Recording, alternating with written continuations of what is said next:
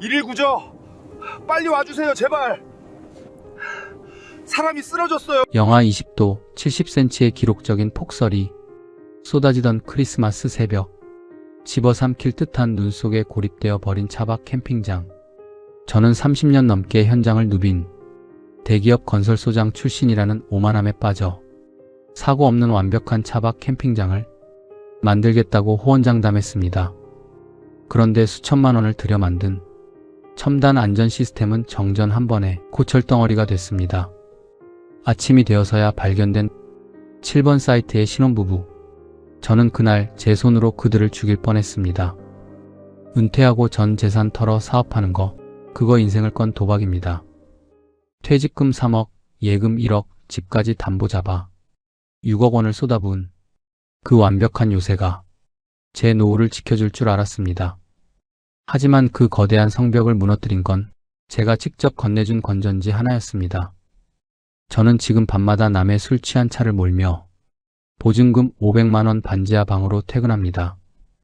8억짜리 아파트를 날리고 왜 제가 이 지경이 됐는지 전문가라 자부하던 제가 놓친 그 치명적인 빈틈이 무엇인지 여러분의 노후가 저처럼 무너지지 않도록 제 이야기를 끝까지 들어주십시오. 사연 시작하기 전에 구독과 좋아요 버튼 한번 눌러주세요. 여러분의 작은 손길이 영상을 만드는데 큰 힘이 됩니다. 2019년 초, 제 인생에서 가장 조용한 아침이었습니다. 30년 넘게 저를 깨우던 공사판 소음이 사라졌습니다. 굴착기 소리도, 망치질 소리도, 인부들의 고함 소리도 없었습니다. 60세 정년퇴직, 대기업 건설 현장 소장 최대석의 마지막 출근길은 쓸쓸했습니다. 소장님, 그동안 고생 많으셨습니다. 후배들이 건네는 꽃다발을 받으며 생각했습니다. 이제 뭘 하며 살지? 퇴직금 3억 원이 통장에 들어왔습니다. 예금의 1억 조금 넘는 돈과 경기도 외곽의 자가 아파트 8억 원. 평생 악착같이 모은 돈이었습니다. 집으로 돌아오니 아내가 저녁상을 차려놓고 기다리고 있었습니다. 여보, 고생했어요. 이제 우리 편하게 살아요. 그래야지 우리가 좋아하는 여행이나 다니면서. 아내의 말에 고개를 끄덕였지만 마음 한구석이 불편했습니다. 60세가 뭐가 늙은 겁니까? 요즘 60대는 아직 젊습니다. 뭔가 해야 했습니다. 그냥 늙어가는 건 제 자존심이 허락하지 않았습니다. 사실 저희 부부에겐 오랫동안 함께한 취미가 있었습니다. 일할 땐 시멘트 먼지 속에서 인부들을 호령했지만 주말이나 일이 없어 쉬는 날에는 아내와 산으로, 계곡으로, 바다로 어디든 떠났습니다. 텐트를 치고 장비를 닦는 그 시간만이 제가 숨을 쉬는 유일한 취미이자 휴식이었죠. 차고에는 10년 된 낡은 캠핑카가 있었습니다. 녹슨 부분도 많고 삐걱거리는 소리도 났지만 저희 부부에겐 보물 같은 차였습니다. 퇴직 후 한 달, 저는 그 캠핑카를 정비소에 맡겼습니다. 엔진을 정비하고 타이어를 새 걸로 갈고 내부도 손봤습니다. 여보, 우리 이제 진짜 여행 다닐 일만 남은 거예요? 아내가 신이 나서 물었습니다. 당연하지. 이제 시간이 많잖아. 2019년 3월, 아내와 단둘이 떠났습니다. 남해안을 따라 내려가고 동해안을 따라 올라왔습니다. 설악산 자락을 지나 강원도 깊숙이 들어갔습니다. 어느 날 저녁이었습니다. 이름 모를 언덕길에서 차를 세웠습니다. 창밖으로 펼쳐진 풍경에 숨이 멎었습니다. 끝없이 펼쳐진 들판, 멀리 보이는 산자락, 그 위로 천천히 내려앉는 노을, 30년 넘게 회색 콘크리트, 상자만 지어온 제게 그 풍경은 신의 계시 같았습니다. 와, 정말 아름답다. 아내도 넋을 잃고 바라봤습니다. 우리 부부는 한참을 말없이 노을을 봤습니다. 그때 문득 이런 생각이 들었습니다. 이런 평화를 다른 사람들도 느낄 수 있게 해주면 어떨까? 평생 사람들을 가두는 아파트만 만들었습니다. 이제는 제 캠핑 노하우와 건설 기술을 합쳐 사람들에게 완벽하고 안전한 자유를 선물하고 싶었습니다. 거기에서 오는 편안함을 만들어주고 진짜 쉴 수 있는 공간을 만들어주고 싶었습니다. 여보, 나 캠핑장 하나 해볼까? 아내가 놀란 얼굴로 저를 봤습니다. 갑자기 무슨 소리예요? 저기 저 언덕 봐. 얼마나 좋아. 그냥 보는 거랑 사업하는 건 다르죠. 나 오랫동안 건물만 지어왔어. 캠핑도 오래 했고, 두 개를 합치면 완벽한 캠핑장을 만들 수 있을 것 같아. 아내는 대답하지 않았습니다. 하지만 그 눈빛에서 불안이 보였습니다. 그날 밤부터 저는 본격적으로 조사를 시작했습니다. 캠핑카 안에서 노트북으로 캠핑 시장 규모를 검색했습니다. 놀라운 숫자들이 나왔습니다. 2018년 기준 캠핑 시장 5조 원, 2019년에는 7조 원 예상, 2020년까지 10조 원 돌파 전망. 기사마다 캠핑 열풍, 캠핑 대박이라는 단어가 보였습니다. 이거다. 가슴이 뛰었습니다.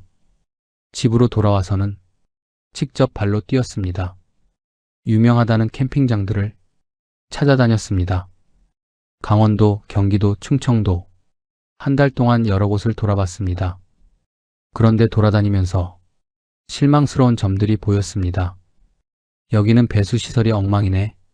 이 글램핑은 구조가 불안정해. 안전시설이 너무 부실한데 현장 소장 출신의 눈에는 허점들이 보였습니다. 내가 만들면 이것보다 훨씬 잘 만들 수 있어.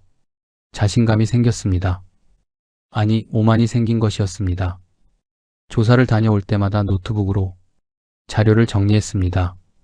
시장 규모, 평균 이용료, 운영 방식, 계산기를 두드렸습니다.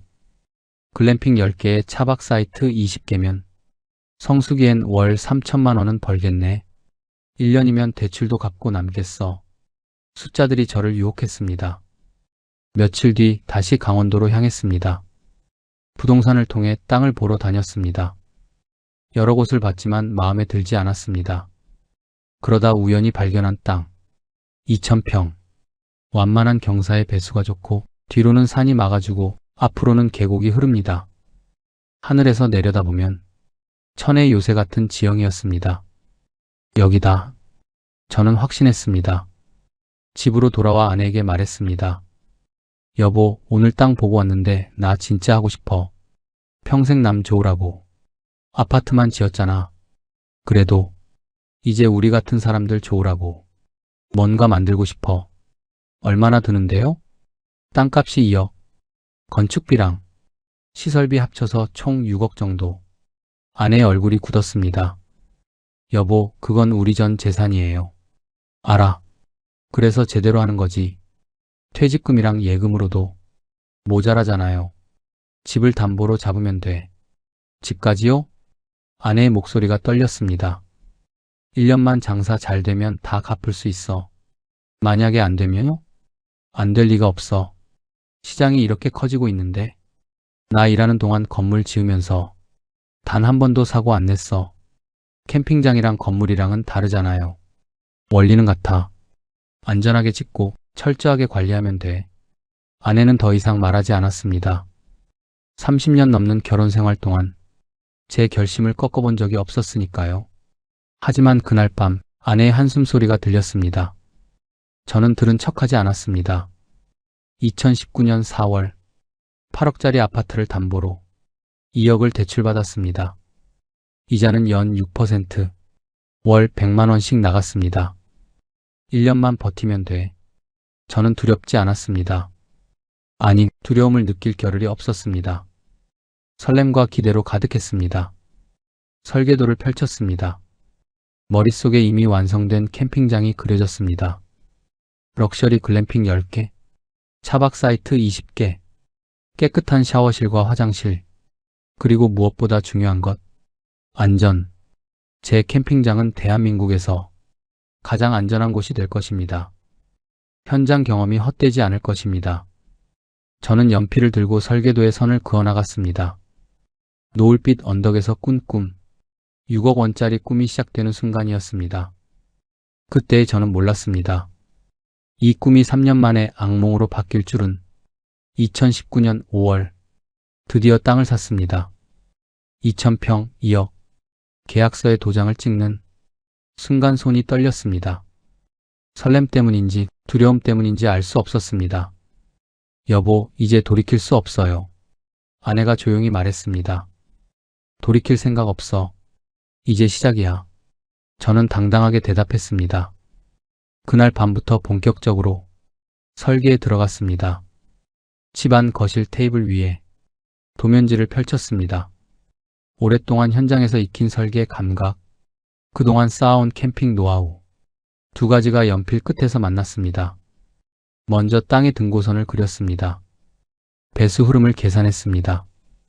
햇빛이 들어오는 각도를 측정했습니다. 글램핑 텐트는 여기, 차박 사이트는 이쪽, 중얼거리며 선을 그어나갔습니다. 글램핑 10개는 경사면 위쪽에 배치했습니다. 각 동마다 프라이버시를 보장하면서도 뷰는 최대한 확보할 수 있게 간격을 뒀습니다. 차박 사이트 20개는 평평한 아래쪽에 각 사이트마다 전기 콘센트와 수도 시설을 넣을 계획이었습니다.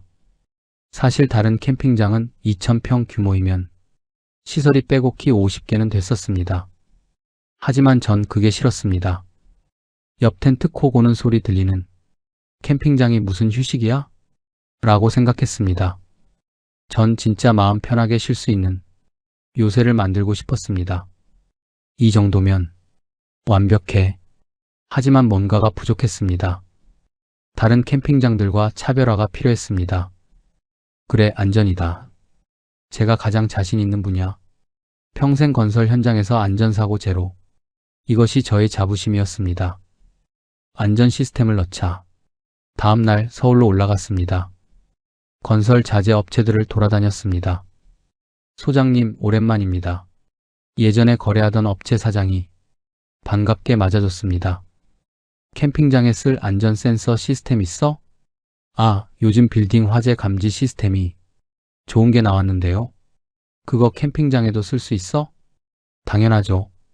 유선으로 연결하면 한눈에 파악 가능합니다. 사장이 그러더군요. 캠핑장에 빌딩용 센서를 까는 미친놈은 소장님밖에 없을 거라고. 하지만 전 웃었습니다.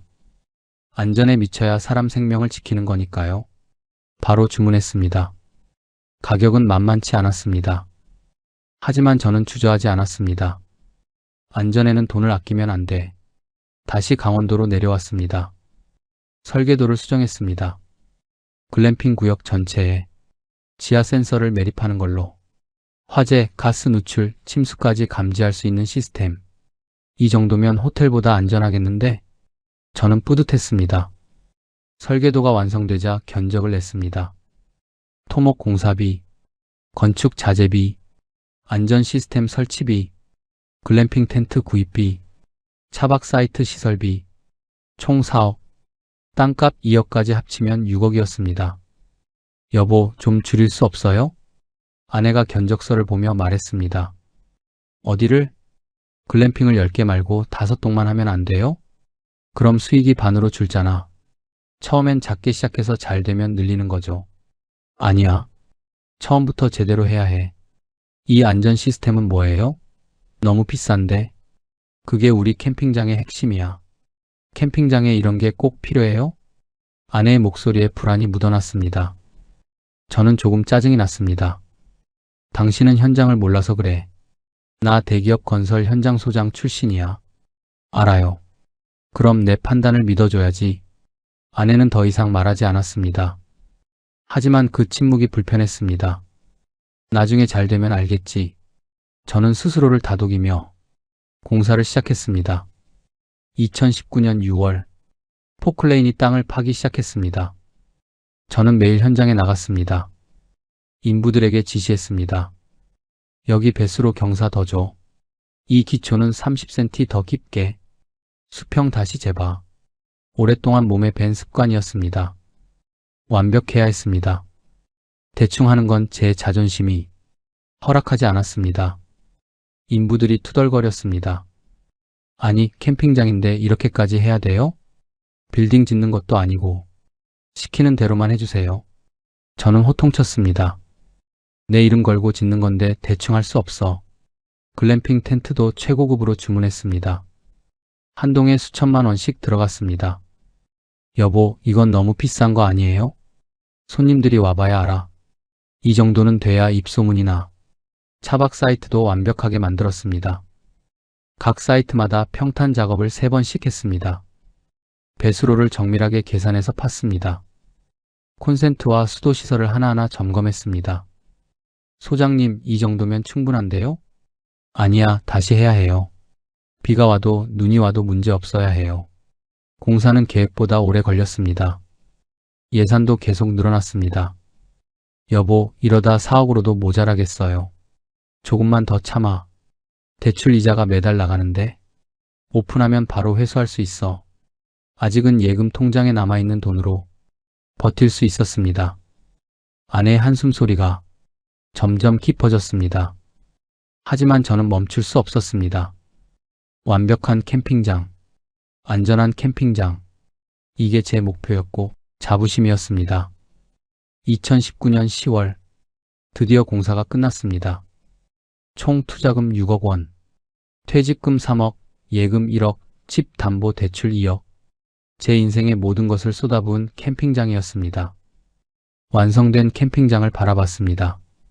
언덕 위에 우아하게 늘어선 글램핑 10곳, 깔끔하게 정리된 차박 사이트 20개, 지하에 숨어있는 첨단 안전 시스템. 와, 감탄이 절로 나왔습니다. 내가 해냈어. 아내를 불렀습니다. 여보, 와봐. 아내가 천천히 걸어왔습니다. 완성된 캠핑장을 둘러봤습니다. 정말 멋지네요. 그치? 내가 말했잖아. 이제 걱정 안 해도 돼. 손님들 엄청 올 거야. 아내가 미소를 지었습니다. 하지만 그 미소 뒤에 여전히 불안이 보였습니다. 저는 그 불안을 보지 않으려 했습니다. 안전 시스템 모니터를 켰습니다. 화면에 캠핑장 전체가 보였습니다. 각 구역의 온도, 습도, 가스 농도까지 완벽해. 저는 중얼거렸습니다. 대한민국에서 가장 안전한 캠핑장. 6억 원의 투자금 중 남들은 아예 쓰지도 않는 안전이라는 보이지 않는 곳에 5천만 원을 묻었습니다. 그때는 정말 완벽하다고 그렇게 믿었습니다. 이 완벽한 시스템이 저를 지켜줄 거라고. 이 철저한 준비가 모든 위험을 막아줄 거라고. 하지만 진짜 위험은 제 머릿속에 있었습니다. 완벽하다는 착각, 안전하다는 오만, 그리고 내가 제일 잘 안다는 자신감. 그것들이 3년 뒤 저를 파멸로 이끌 씨앗이 될 줄은 그때 저는 전혀 몰랐습니다. 2019년 11월 드디어 오픈했습니다. 평화의 언덕 캠핑장. 제가 직접 지은 이름이었습니다. 인터넷에 홍보 글을 올렸습니다. SNS에도 사진을 올렸습니다. 대기업 건설 소장 출신이 직접 설계한 안전한 캠핑장, 첨단 안전 시스템 완비, 프리미엄 글램핑과 차박의 완벽한 조화. 반응은 조용했습니다. 일주일이 지나도 예약이 없었습니다. 여보, 사람들이 모르나 봐요. 아내가 걱정스럽게 말했습니다. 기다려봐. 곧 올 거야. 하지만 속으로는 조금 불안했습니다. 혹시 너무 비싼가? 위치가 안 좋은 건가? 그러던 어느 날 첫 손님이 왔습니다. 30 중반으로 보이는 부부였습니다. 와, 진짜 깔끔하네요. 사진보다 훨씬 좋은데요? 부부는 감탄하며 글램핑을 둘러봤습니다. 저는 일일이 시설을 설명해줬습니다. 여기 이 시스템은 화재 감지 센서고요. 혹시 모를 위험에 대비해서 관리실에서 24시간 모니터링합니다. 우와, 여기 캠핑장 맞아요? 호텔 같은데요? 손님들의 만족스러운 표정. 그것이 제게는 최고의 보상이었습니다. 이틀 뒤 그 부부가 SNS에 후기를 올렸습니다. 사진과 함께 긴 글이었습니다. 대박 인생 캠핑장 발견. 진짜 안전하고 깨끗해요. 애들 데리고 가기 딱 좋을 듯. 그 후기 하나로 예약이 들어오기 시작했습니다. 한 팀, 두 팀, 세 팀. 입소문이 퍼졌습니다. 안전시설이 장난 아니래. 애 있는 집은 무조건 여기 가야 추천. 깨끗한 시설 완전 좋음. 2020년 봄. 예약이 폭주하기 시작했습니다. 성수기가 되자 주말은 항상 예약이 풀이었습니다. 평일도 예약이 꽉 찼습니다. 여보, 대박이에요. 아내가 예약 현황을 보며 환하게 웃었습니다. 그치? 내가 뭐라고 했어? 단순히 예약비만 들어오는 게 아니었습니다. 진짜 알짜 수익은 부대 서비스에서 나왔습니다. 사장님, 저희 예약했는데 숯불 준비해 주세요. 네, 준비해 드릴게요. 글램핑 손님들에게 유료로 제공하는 숯불 패키지와 차박객들이 즐기는 불멍용 장작과 마시멜로 세트. 원가는 얼마 안 되지만 기분 좋게 지갑을 여는 손님들 덕분에 부가 수익만 하루에 수십만 원이 넘었습니다. 매출은 제 예상치를 훨씬 웃돌았습니다. 여보, 오늘 부가 수익만 50만 원 찍었어. 이 정도면 진짜 호텔도 부럽지 않다니까. 불멍 세트가 이렇게 잘 팔릴 줄은 몰랐네요. 사람들이 감성에 돈을 아끼지 않거든. 내 안목이 딱 맞은 거야. 저는 기분이 좋았습니다. 아니, 우쭐했습니다. 역시 내 판단이 옳았어. 매출이 쑥쑥 올랐습니다. 성수기에는 한 달에 수천만 원씩 들어왔습니다. 비수기에도 꾸준히 예약이 있었습니다. 통장을 확인할 때마다 기분이 좋았습니다. 이 정도면 내년엔 대출 다 갚을 수 있겠어. 하지만 아내는 조심스러웠습니다. 여보, 지금 잘 되니까 빚부터 조금씩 갚아요. 왜? 아직 여유 있잖아. 그래도 이자가 매달 나가는데. 걱정 마. 내년엔 더 벌 거야. 시설도 좀 더 보강하고 마케팅도 더 해야지. 아내가 한숨을 쉬었습니다. 하지만 저는 신경 쓰지 않았습니다. 여자들은 원래 걱정이 많아. 2020년, 2021년 캠핑 시장이 폭발적으로 성장했습니다. 코로나로 해외여행이 막히자 사람들이 국내 캠핑으로 몰려들었습니다. 10조 원 규모. 뉴스에서도 매일 캠핑 열풍을 다뤘습니다. 저희 캠핑장도 그 열풍을 탔습니다. 예약은 몇 달 전부터 차 있었습니다. 단골 손님들도 생겼습니다. 특히 어떤 젊은 신혼부부는 한 달에 한두 번씩 꼭 찾아왔습니다. 사장님, 저희 또 왔어요. 어서 와요. 7번 사이트로 안내해 드릴까요? 네, 저희 7번 사이트만 예약하잖아요. 알았어요. 깨끗하게 준비해 놨으니 편히 쉬다 가요. 그 부부는 캠핑을 정말 좋아했습니다. 장비도 하나하나 제대로 갖췄고 캠핑 예절도 잘 지켰습니다. 젊은 나이에 기특했습니다. 저는 자식 같은 마음으로 챙겨줬습니다. 오늘 날씨가 추운데 담요 더 드릴까요? 괜찮아요, 사장님. 저희 준비 다 했어요. 그래도 혹시 모르니까. 그렇게 시간이 흘렀습니다. 황금 같은 시간이었습니다. 매일 아침 모니터를 확인하는 것이 즐거웠습니다. 손님들을 맞이하는 것이 행복했습니다. 역시 내 선택이 옳았어. 저는 확신했습니다. 아내에게도 자랑스럽게 말했습니다. 봐, 잘 되잖아. 걱정했던 거 다 기우였지? 아내는 웃었지만 그 웃음이 온전히 편해 보이지는 않았습니다. 그래도 빚은 좀 갚아요. 겉으로 보기엔 화려했습니다. 피크 때는 월 매출이 5천만 원까지 찍혔으니까요. 하지만 인건비, 난방비와 수도세, 거기에 플랫폼 수수료와 각종 세금까지 떼고 나면 제 손에 남는 건 고작 1,500만 원 뿐이었죠. 연간 2억은 벌었지만 빚을 갚진 않았습니다. 그 돈으로 조경을 더 꾸미고 시설을 늘리는 데 쏟아부었거든요. 이자 100만 원? 장사 잘 되는데 그까짓 게 뭐라고. 그 가벼운 자신감이 나중에 제 목을 죄는 밧줄이 될 줄은 그때는 정말 몰랐습니다. 알았어. 올해 안에 시작할게. 저는 차일피일 미뤘습니다. 조금 더 벌고 나서 한꺼번에 갚으면 되지. 지금은 시설 유지 보수에 투자해야 해. 핑계는 얼마든지 있었습니다. 아내는 항상 번 돈으로 빚부터 갚자고 성화였습니다. 하지만 제 생각은 달랐습니다. 버는 돈으로 캠핑장을 더 다듬는 게 낫다고 생각했습니다. 빚 2억쯤이야. 한 시즌만 더 돌리면 언제든 털어낼 수 있는 우스운 돈이라고 생각했습니다. 그게 제 가장 큰 실수였습니다. 2021년 가을, 단풍이 들던 어느 날이었습니다. 저는 언덕 위에 서서 제 캠핑장을 내려다봤습니다. 알록달록한 글램핑 텐트들, 깔끔하게 정리된 차박 사이트들, 행복하게 웃는 손님들. 이게 내가 만든 거야. 뿌듯함이 가슴을 채웠습니다. 그때는 정말 몰랐습니다. 이 황금빛 성공 뒤에 어떤 어둠이 기다리고 있는지, 얼마나 가파른 낭떠러지가 앞에 있는지, 저는 그저 행복했습니다. 오만했습니다. 그리고 방심했습니다. 바로 그 방심이 제 인생을 송두리째 무너뜨릴 씨앗이 되리라는 것을 저는 전혀 알지 못했습니다. 2022년 1월, 새해를 맞으며 저는 희망에 차 있었습니다. 올해는 작년보다 더 잘 될 거야. 대출도 본격적으로 갚기 시작하고 아내에게 말했습니다.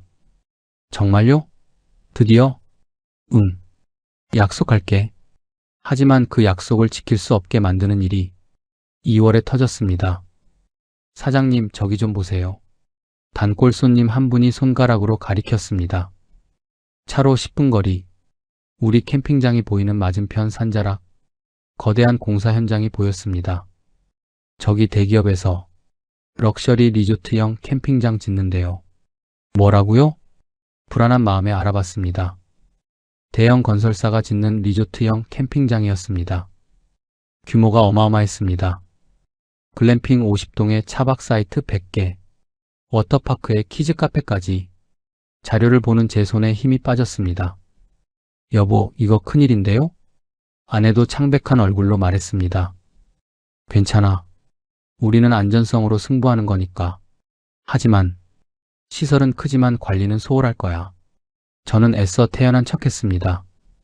하지만 속으로는 불안했습니다. 3월, 그 캠핑장이 완공됐습니다. 에덴 리조트 캠핑파크. 엄청난 규모의 광고가 시작됐습니다. TV 광고, 인터넷 광고, SNS 마케팅, 그리고 오픈 기념 이벤트, 전 객실 50% 할인, 첫 달 한정 특가, 조식 뷔페, 셔틀버스 운행. 제 글램핑이 15만 원이면 거기는 8만 원에 내놨습니다. 차박도 마찬가지였습니다. 이게 말이 돼? 저는 황당했습니다. 저 가격으로 어떻게 운영을 해? 대기업이니까 가능하겠죠. 아내의 목소리가 가라앉았습니다. 4월, 성수기가 시작됐습니다. 원래라면 예약이 꽉 차야 하는 시기였습니다. 하지만 예약 현황을 보고 충격을 받았습니다. 주말조차 절반밖에 안 찼습니다. 평일은 거의 비어 있었습니다. 사장님, 죄송한데요. 단골 손님에게서 전화가 왔습니다. 이번 주말 예약 취소할게요. 왜요? 무슨 일 있어요? 아이들이 워터파크 가고 싶다고 하네요. 그쪽이 좀 더 저렴하기도 하고. 전화를 끊고 한참을 멍하니 앉아 있었습니다. 상황은 더 나빠졌습니다. 예약률이 계속 떨어졌습니다. 빈 글램핑 텐트들, 텅 빈 차박 사이트들, 매출이 반토막 났습니다. 아니, 반토막도 안 됐습니다. 여보, 아내가 장부를 들고 왔습니다. 이달 수익으로는 이자도 못 갚아요. 운영비까지 빼면 적자예요. 저는 대답할 수 없었습니다. 가격을 좀 내려요. 아내가 조심스럽게 말했습니다. 저쪽이 8만 원인데 우리가 15만 원이면 안 돼. 저는 단호하게 말했습니다. 왜요? 전문가가 지은 시설인데 반값으로 팔 수는 없어. 하지만 손님이 안 오는데요. 가격을 내리는 건 우리 가치를 떨어뜨리는 거야. 지금 가치가 중요한 게 아니라 생존이 걸린 문제예요. 내 자존심이 허락 안 해. 목소리가 커졌습니다. 아내가 움찔했습니다. 자존심으로 밥 먹고 살아요? 뭐? 아내의 그 말에 가슴이 덜컥 내려앉았습니다. 평생 대기업 소장 소리 들으며 어깨 펴고 살던 저였습니다. 남들 아파트 지어줄 땐 호령하던 제가 이제는 대기업 리조트 주차장에 찬 차들을 보며 부러워하는 꼴이라니. 우리 건 유선 관제 시스템이잖아. 저기 리조트는 그런 거 없어. 아내에게 한 말이 아니라 저 자신에게 하는 주문이었습니다. 하지만 손님들은 안전 센서보다 워터파크의 화려한 미끄럼틀을 먼저 봤습니다. 대출 이자는 어떻게 갚을 건데요? 장사가 다시 좋아질 거야. 언제요? 이미 석 달째 적자인데 2019년 대출을 받을 때만 해도 6%였던 사업자 대출 금리가 2022년 들어 무섭게 치솟기 시작했다는 걸요. 기준금리가 2% 넘게 오르자 은행에서 날아오는 이자 고지서는 매달 숫자가 바뀌어 있었습니다. 100만 원이었던 이자가 150만 원, 어느새 180만 원까지 불어났습니다. 미친 듯이 치솟는 금리는 제 목을 조르는 교수형 밧줄이 되었습니다. 아내의 목소리도 높아졌습니다. 우리 부부는 처음으로 크게 다퉜습니다. 내가 짓는데 얼마나 공들였는데? 알아요. 하지만 지금은 저쪽은 대충 지은 거야. 곧 문제 생길 거라고. 그 곧이 언제인데요? 그 전에 우리가 망하면요? 망하지 않아. 당신 고집 때문에 우리 집까지 잃겠어요. 그 말에 저는 할 말을 잃었습니다. 아내가 눈물을 흘리며 방으로 들어갔습니다. 저는 혼자 밖에 나왔습니다. 텅 빈 캠핑장을 바라봤습니다. 불 꺼진 글램핑 텐트들, 조용한 차박 사이트들, 몇 달 전만 해도 웃음소리로 가득했는데 가슴이 답답했습니다. 가격을 내려야 하나? 하지만 계산을 해보면 답이 없었습니다. 가격을 내리면 매출이 더 줄어듭니다. 그럼 이자조차 못 갚습니다. 운영비를 빼면 순전히 빚만 늘어납니다. 그렇다고 이대로 있으면 손님이 계속 안 옵니다. 결과는 똑같습니다. 진퇴양난이었습니다. 밤마다 잠을 이룰 수 없었습니다. 통장 잔고를 확인하는 것이 두려웠습니다. 예약 현황을 보는 것이 고통이었습니다. 아내와는 대화가 줄었습니다. 서로 눈치만 보며 지냈습니다. 7월 어느 날 건너편 에덴 리조트를 몰래 가봤습니다. 주차장이 차로 가득했습니다. 아이들의 웃음소리가 들렸습니다. 워터파크에서 물놀이하는 가족들, 키즈카페에서 뛰노는 아이들, 내가 만든 캠핑장보다 저게 나은가. 자존심이 무너졌습니다. 하지만 인정하고 싶지 않았습니다. 아니야. 내 시설이 더 안전해. 더 완벽해. 사람들이 모를 뿐이야. 스스로를 위로했습니다. 하지만 그 위로는 공허했습니다. 현실은 변하지 않았으니까요. 8월, 통장 잔고가 바닥을 드러냈습니다. 이번 달 대출 이자를 낼 수 없었습니다. 처음으로 이자를 연체했습니다. 은행에서 문자가 왔습니다. 연체 안내. 그 두 글자가 눈에 박혔습니다. 아내는 더 이상 말하지 않았습니다. 그냥 조용히 한숨만 쉬었습니다. 그 한숨 소리가 어떤 말보다 저를 짓눌렀습니다. 저는 점점 벼랑 끝으로 몰렸습니다. 하지만 자존심은 여전히 놓지 못했습니다. 그 고집이 저를 더 깊은 수렁으로 밀어넣으리라는 것을 그때는 몰랐습니다. 2022년 12월 23일 연말 성수기였습니다. 원래라면 예약이 꽉 차 있어야 할 시기. 하지만 올해는 달랐습니다. 인근에 들어선 대기업 리조트가 화이트 크리스마스 패키지를 반값에 뿌린 탓이었습니다. 자존심을 굽히고 할인을 해야 했을까요? 아니면 아내 말대로 빚부터 갚아야 했을까요? 겨우 절반 정도만 예약이 들어와 있었습니다. 그나마 이것도 감사해야 했습니다. 적자를 조금이라도 메울 수 있으니까요. 여보, 기상청 보세요. 아내가 노트북을 가리켰습니다.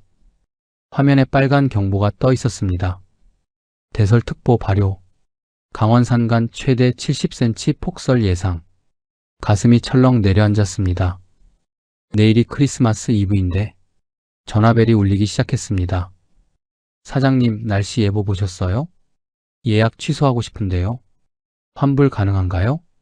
손님들의 전화가 쏟아졌습니다. 하나, 둘, 셋.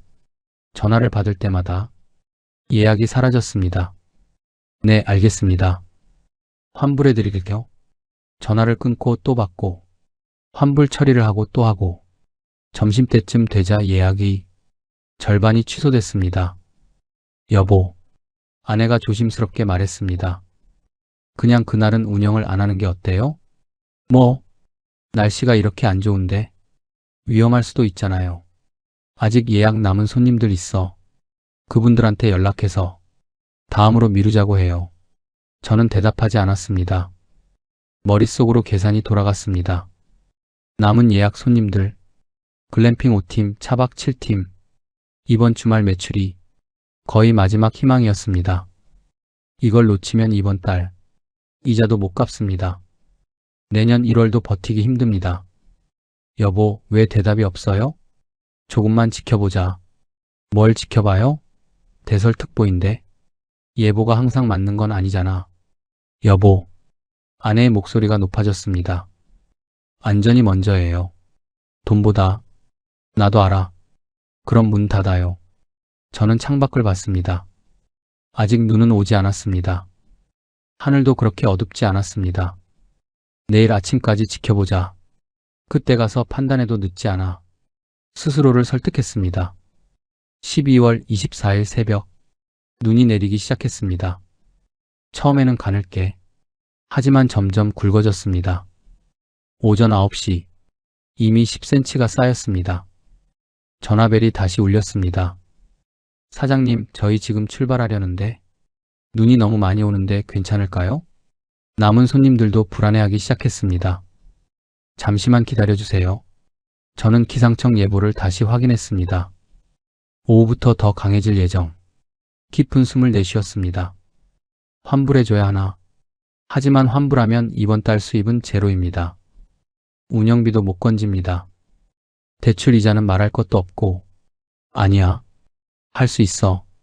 내가 현장 소장 출신이잖아. 눈 치우고 안전 관리하면 돼. 저는 손님들에게 말했습니다. 괜찮습니다. 눈은 제가 치울 테니 안심하고 오세요. 안전 관리 철저히 하겠습니다. 손님들은 망설였지만 결국 오기로 했습니다. 전화를 끊고 아내를 봤습니다. 아내는 고개를 저었습니다. 당신, 지금 뭐 하는 거예요? 장사해야지. 사람 안전보다 장사가 먼저예요? 안전 관리 내가 할 거라니까. 날씨가 이런데 무슨. 내 말 좀 믿어줘. 소리를 질렀습니다. 아내가 입을 다물었습니다. 눈물이 고인 눈으로 저를 봤습니다. 그리고 안으로 들어가 버렸습니다. 오후 2시. 손님들이 하나둘 도착했습니다. 눈은 계속 내렸습니다. 벌써 30cm가 넘게 쌓였습니다. 사장님, 눈이 너무 많이 오는데요. 글램핑 손님들이 불안해했습니다. 괜찮습니다. 제가 수시로 치울게요. 차박 손님들은 더 걱정했습니다. 차 안에서 자는데 괜찮을까요? 저는 창고로 갔습니다. 건전지식 일산화탄소, 감지기들을 꺼냈습니다. 평소의 예비용으로 준비해둔 것들이었습니다. 하나하나 전원을 확인했습니다. 정상 작동. 이거 가져가세요. 차박 손님들에게 나눠줬습니다. 일산화탄소 감지기입니다. 혹시 모르니까 차 안에 켜두세요. 제가 직접 점검한 거니까 안심하셔도 됩니다. 손님들이 안도하는 표정을 지었습니다. 아, 깜빡하고 안 가지고 왔는데 감사합니다. 역시 사장님은 꼼꼼하시네요. 7번 사이트에는 단골 신혼부부가 왔습니다. 사장님, 오늘 눈 장난 아니네요. 그러게 말이야. 오느라 힘들었죠? 괜찮아요. 눈 오는 날 차박 로망이었거든요. 젊은 부부는 들떠 있었습니다. 캠핑을 정말 좋아하는 친구들이었습니다. 요즘 손님이 줄어서 이 부부가 더 귀하게 느껴졌습니다. 저는 자식 같은 마음으로 더 신경 썼습니다. 이거 새 건전지 넣은 거니까 꼭 켜두세요. 평소 같으면 절대 손님을 받지 않았어야 할 날씨였습니다. 하지만 제 머릿속엔 다음 주에 빠져나갈 대출 이자와 리조트에 뺏긴 손님들에 대한 오기가 가득했습니다. 내가 지은 요새는 안전하다는 오만이 저를 눈멀게 했습니다. 감지기를 건네며 말했습니다. 네, 감사합니다. 추우면 언제든 연락하고요. 걱정 마세요. 저희 장비 다 있어요. 젊은 남편이 엄지를 치켜 세웠습니다. 저는 웃으며 고개를 끄덕였습니다. 그때는 정말 몰랐습니다. 극한의 추위가 배터리를 얼마나 빨리 방전시키는지. 이 친구들은 괜찮겠지. 장비도 제대로 갖췄고 감지기도 줬으니까 안심했습니다. 오후 6시. 눈은 멈출 기미가 없었습니다. 50cm는 좋게 쌓인 것 같았습니다. 저는 삽을 들고 나갔습니다.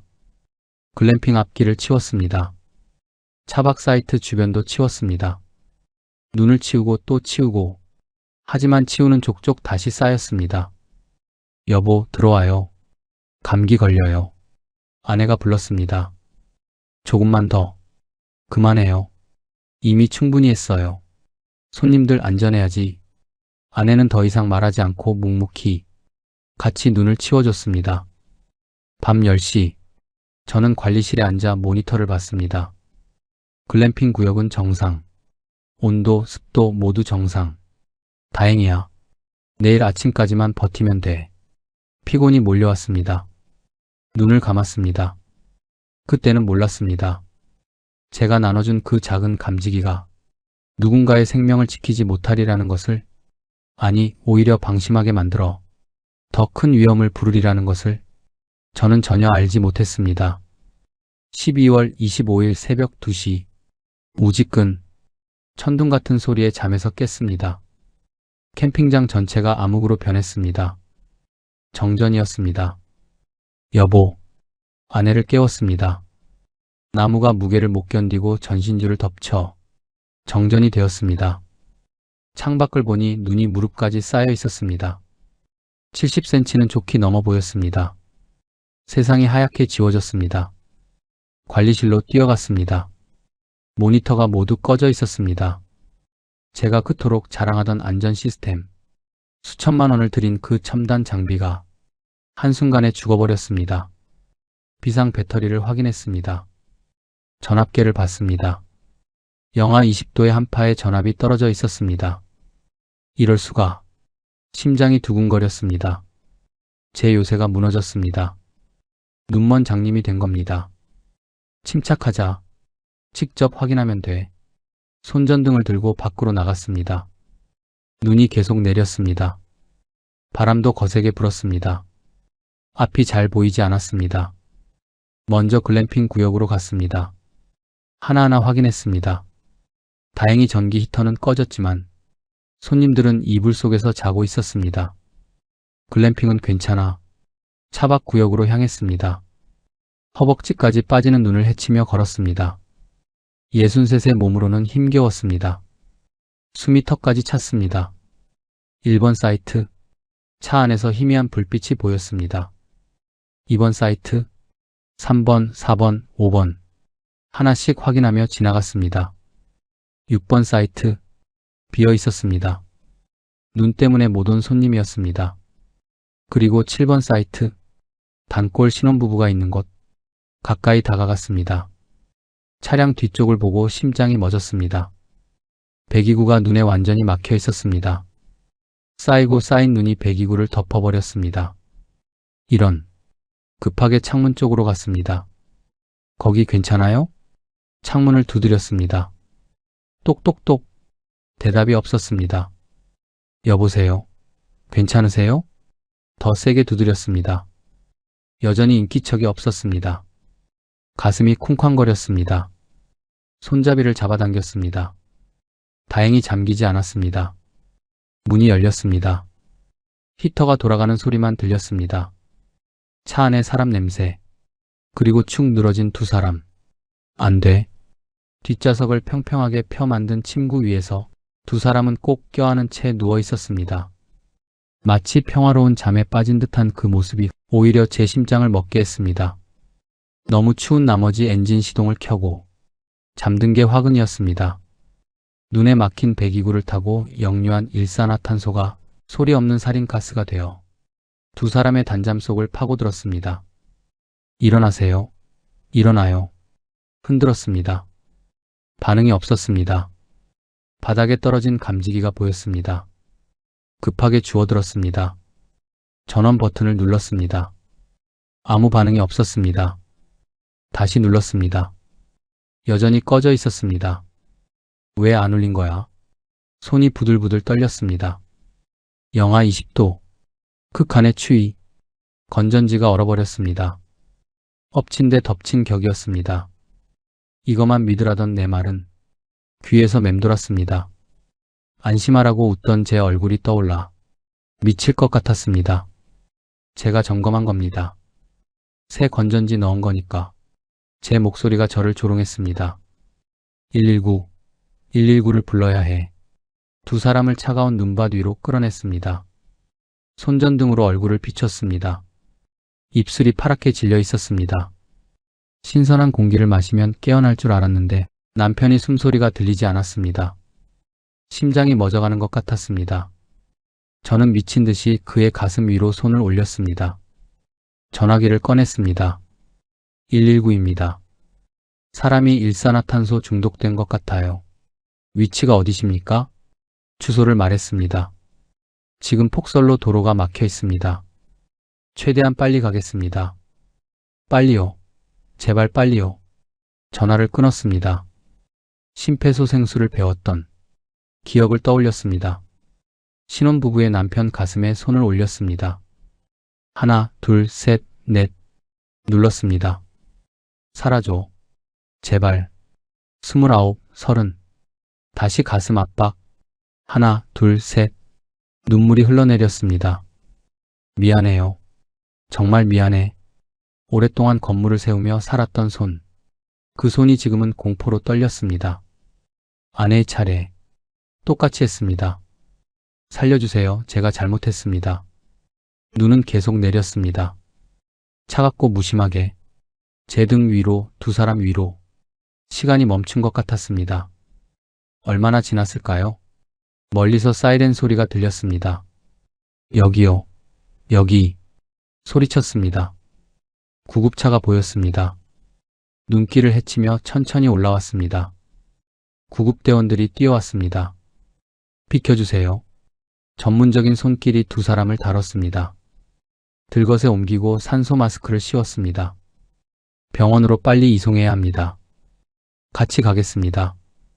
보호자이십니까? 아닙니다. 캠핑장 주인입니다. 그럼 여기 계세요. 저희가 모시고 가겠습니다. 구급차가 출발했습니다. 빨간 불빛이 눈밭을 가르며 사라졌습니다. 저는 그 자리에 주저앉았습니다. 눈 위에 손에 든 감지기를 봤습니다. 작은 플라스틱 기계. 제가 그렇게 믿었던 것. 손님들을 안심시켰던 것. 하지만 정작 중요한 순간에 침묵했던 것. 내가 뭘 한 거지. 30년 동안 무너지지 않는 건물을 짓는다고 자부했습니다. 제 6억 원짜리 성벽은 눈송이 하나보다 가벼웠습니다. 하늘을 봤습니다. 눈이 얼굴에 떨어졌습니다. 차갑고 무겁게 꼭 하늘이 우는 것 같았습니다. 아니, 우는 건 저였습니다. 돈 몇 푼에 눈이 멀어 아내의 절박한 만류를 뿌리친 제 탐욕이 화근이었습니다.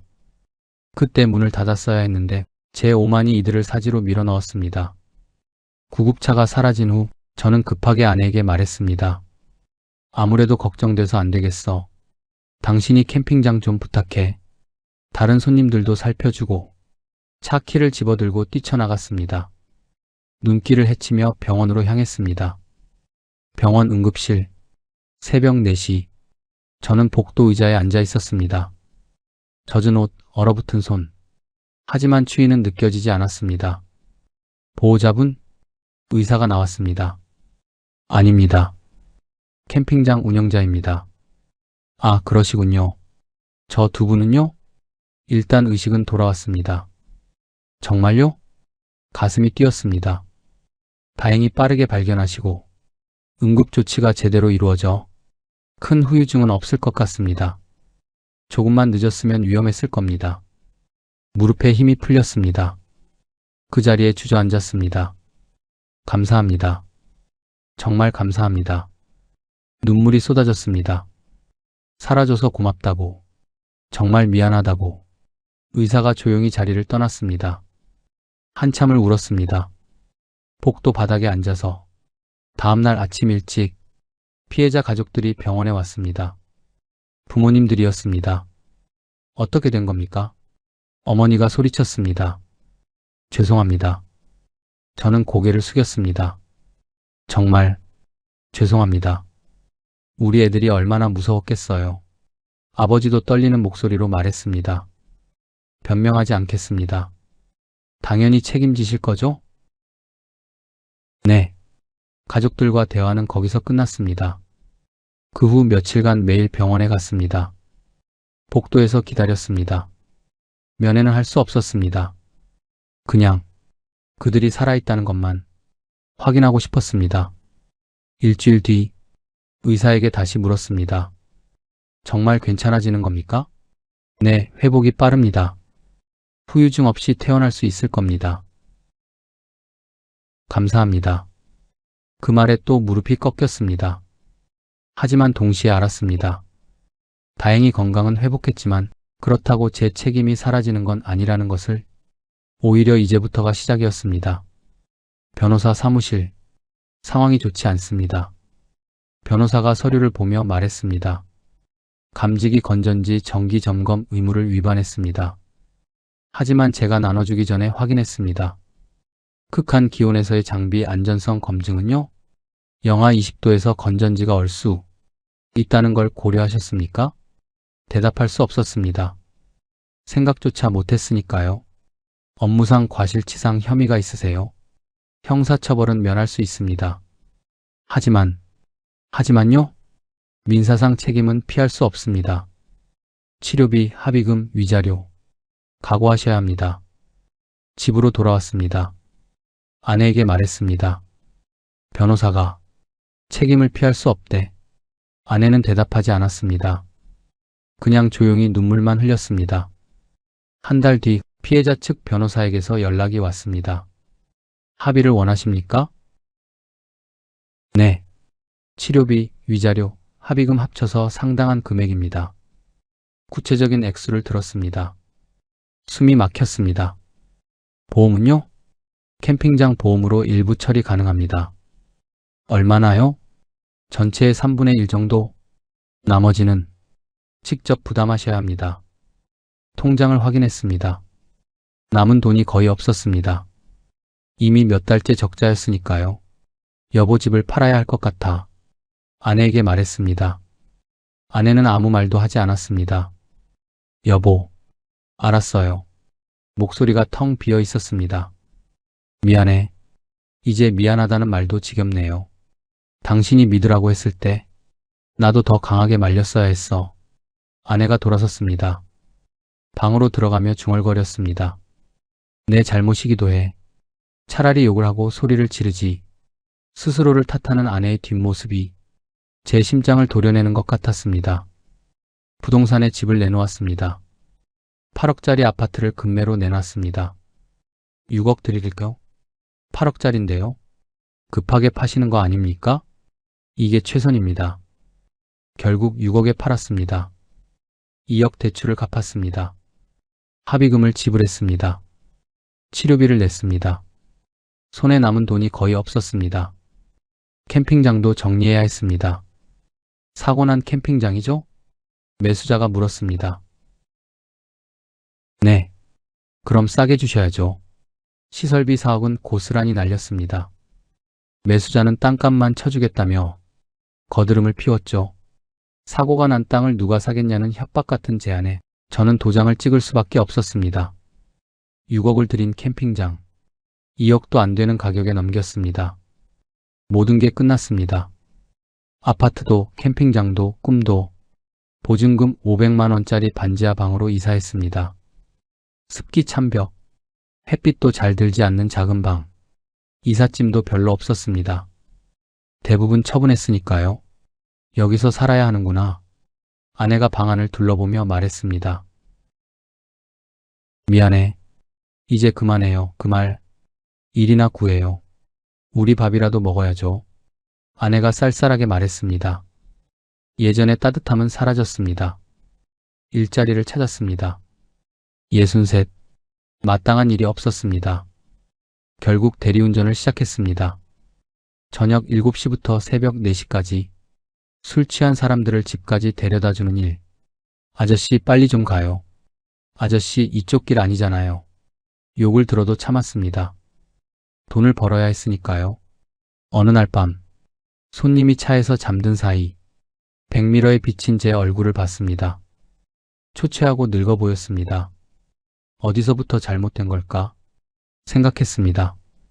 안전을 최우선으로 여겼습니다. 최선을 다했습니다. 완벽하게 만들려고 했습니다. 그런데 왜 이렇게 됐을까? 핸들을 잡은 손이 떨렸습니다. 오랫동안 건물을 세우던 손, 완벽한 캠핑장을 만들던 손, 이제는 남의 차 핸들만 잡는 손. 눈물이 흘렀습니다. 하지만 닦지 않았습니다. 그냥 흐르게 뒀습니다. 어차피 신경 쓸 사람도 없으니까요. 보증금 500만 원짜리 반지하로 쫓기듯 이사 오던 날, 세상이 끝난 줄 알았습니다. 여전히 저는 창문 너머로 사람들이 발걸음만 보이는 이 반지하 방에 삽니다. 8억짜리 아파트에서 살던 최대석 소장은 이제 없습니다. 대신 저녁 7시가 되면 익숙하게 대리운전을 나가는 제가 있을 뿐입니다. 다녀올게. 아내에게 말합니다. 조심해요. 아내의 짧은 대답을 뒤로 하고 찬바람이 부는 거리로 나섭니다. 겨울바람이 뼛속까지 파고듭니다. 내가 어쩌다 이렇게 됐을까? 2019년 그 노을빛 언덕. 행복했던 순간. 꿈에 부풀었던 시간. 6억 원을 쏟아부으며 만든 캠핑장. 완벽하다고 믿었던 안전 시스템. 그리고 그 모든 것이 무너진 크리스마스 이브. 손님을 태우고 저는 말없이 운전을 합니다. 백미러로 손님을 봅니다. 제 아들 뻘 되는 젊은이였습니다. 캠핑장에 오던 그 신혼부부도 이 나이쯤이었습니다. 가슴이 먹먹해집니다. 손님을 모셔다 드리고 휴대폰을 꺼냈습니다. 망설이다 누른 번호 7번 사이트. 신혼부부 남편에게 전화를 걸었습니다. 사장님 잘 지내셨어요? 건너편에서 들려오는 밝은 목소리. 가슴 한구석이 찌르르 떨립니다. 몸은 좀 어떠신가 해서요. 걱정 마세요. 이제 아내랑 같이 운동도 다녀요. 사장님 덕분에 다시 얻은 인생인데 열심히 살아야죠. 아닙니다. 열심히 살아주셔서 제가 고맙습니다. 전화를 끊고 골목길에 잠시 멈춰 섰습니다. 그들이 살아있다는 사실이 제가 대리운전 핸들을 잡으며 견딜 수 있는 유일한 버팀목입니다. 그들의 삶이 이어진 만큼 저 역시 제 잘못을 닦아내며 성실히 살아가야 하니까요. 그게 제 유일한 위안입니다. 하지만 그 다행히 제 책임을 지워주지는 않습니다. 스스로에게 묻습니다. 무엇이 잘못되었나? 첫째, 안전을 최우선으로 여겼지만 정작 가장 기본적인 것을 놓쳤습니다. 수천만 원짜리 첨단 시스템을 만들었습니다. 밤새 눈을 치웠습니다. 24시간 모니터링을 했습니다. 하지만 정작 그 부부의 생명을 지킬 수 있었던 건 제 화려한 설비가 아니었습니다. 주머니 속 작은 건전지 하나였습니다. 극한에 취해서 얼 수 있다는 것, 그 단순한 가능성조차 생각하지 못했습니다. 수천만 원짜리 유선 센서는 전기가 끊기자 코철덩어리가 되었고 제가 건네준 건전지 식 감지기는 추위에 얼어붙어 침묵했습니다. 안전은 돈으로 바르는 것이 아니라 가장 약한 고리를 끊임없이 의심하는 것이었습니다. 점검했으니까 괜찮아. 내가 확인했으니까 안전해.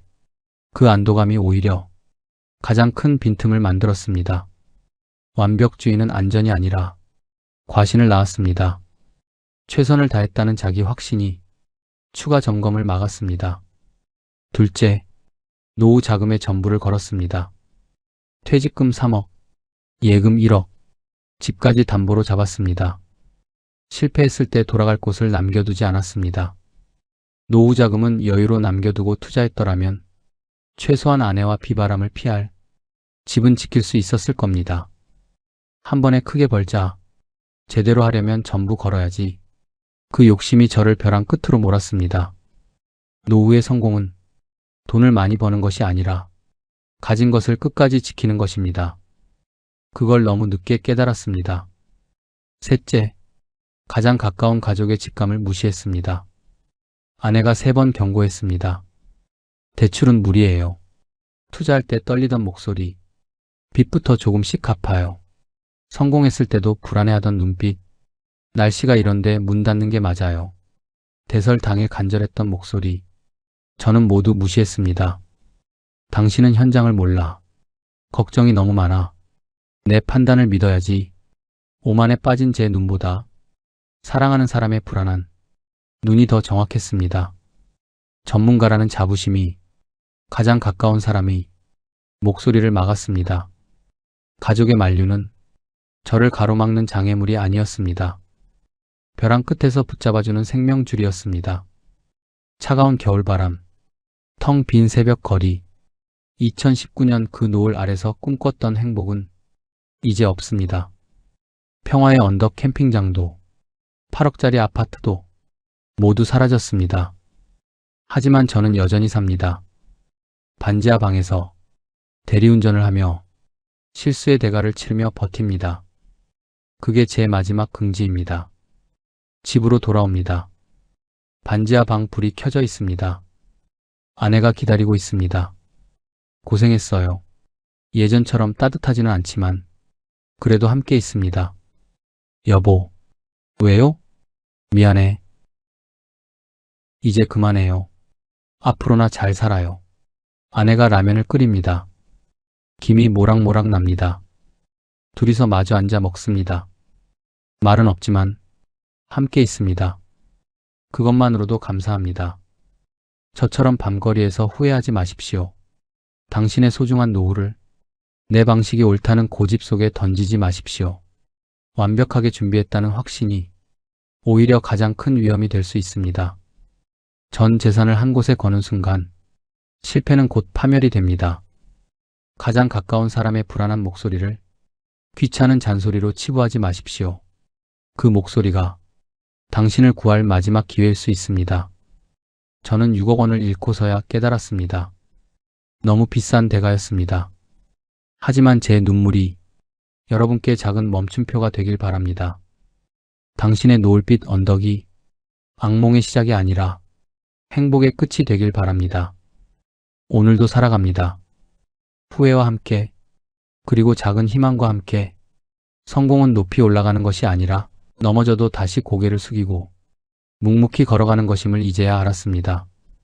제 눈물이 여러분의 노후에 따뜻한 예방 주사가 되길 바랍니다. 저처럼 잃고 나서 깨닫지 마시고 곁에 있는 소중한 것들을 지키며 평온한 노후를 맞이하시길 간절히 기도합니다. 부족한 제 이야기가 조금이나마 와닿으셨다면 구독과 좋아요 버튼으로 응원 부탁드립니다. 여러분의 노후에 평안이 깃들기를 진심으로 기원합니다. 끝까지 시청해주셔서 감사합니다.